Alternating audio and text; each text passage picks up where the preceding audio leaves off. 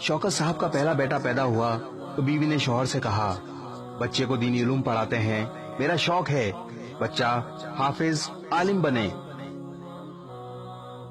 शौहर ने बीवी से कहा, हाफिज आलिम बनाकर इसे भूखा मारना है, मैं इसे बड़ा अफसर बनाऊंगा ताकि दुनिया का कामयाब इंसान बन सके। दूसरा बेटा पैदा हुआ तो बीवी ने फिर कहा, इसको तो मेरे शौक पर हाफिज बना लो, लेकिन इस बार भी बीवी की ना मानी गई।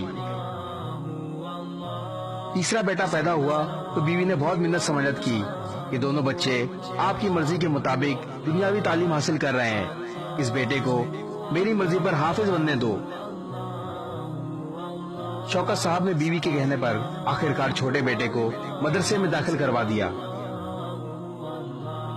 आखिर वक्त का पहिया घूमता रहा, बड़े दोनों बच्चे तालीम हासिल करने के बाद आला सरकारी ओहदों पर फाइज हो गए। छोटा बेटा हाफिज, कारी, आलिम बन गया। एक दिन शौकत साहब ने फखरिया अंदाज में बीवी से कहा, बड़े दोनों बच्चे आला सरकारी ओहदों पर फाइज हैं, अच्छा कमा रहे हैं, छोटा मौलवी बन गया है, वो जहाँ भी जाएगा इसके पूरे महीने की तनख्वाह बड़े बच्चों की हफ्ते की तनख्वाह के बराबर होगी।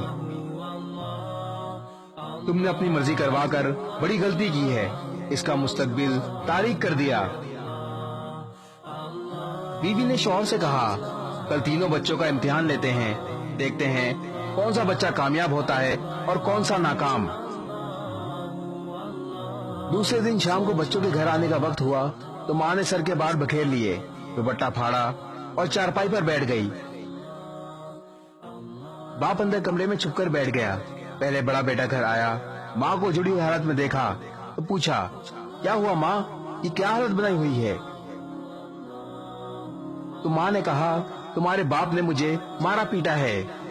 बेटे ने बाप को बुरा भला कहा और थकावट का कहकर अपने कमरे में चला गया। दूसरा बेटा आया, इसने भी माँ को बुरी हालत में देखकर वजह पूछी तो माँ ने शौहर को बदवाएं की और बताया कि तुम्हारे बाप ने मुझे मारा है। दूसरा बेटा जो तबीयत का ठीका था, कहा, घर आने दो बुड्ढे को, पता लगाता हूँ। बाप सब कुछ सुनता और देखता रहा और खून के आंसू रोता रहा। इसी असना में छोटा बेटा घर आया। बेटे ने माँ को इस हालत में देखा तो एक दुख का झटका लगा और भागकर माँ के पास आकर कदमों में बैठ गया। माँ ने वही झूठी गढ़ी हुई कहानी सुनाई तो बेटे ने माँ का हाथ पकड़कर समझाया, अम्मी जान, अब्बू आपके सब कुछ हैं, बाप से भी ज्यादा हकूक शौहर के हैं। अगर अब्बू ने आपको कुछ कह दिया तो क्या हो गया, आपने अब्बू को कुछ कहा होगा तभी तो ये नौबत पेश आई होगी। कुछ भी नहीं हुआ अम्मी जान, दुख मत करें, अब्बू आपके सरताज हैं, सब कुछ हैं, हौसला करो अम्मी जान, सब्र करो और माफ कर दो। बाप सब कुछ सुन रहा था, बर्दाश्त ना हुआ तो भाग कर आया और अपने इसी बेटे के गले लगकर फूट फूट कर रोने लगा।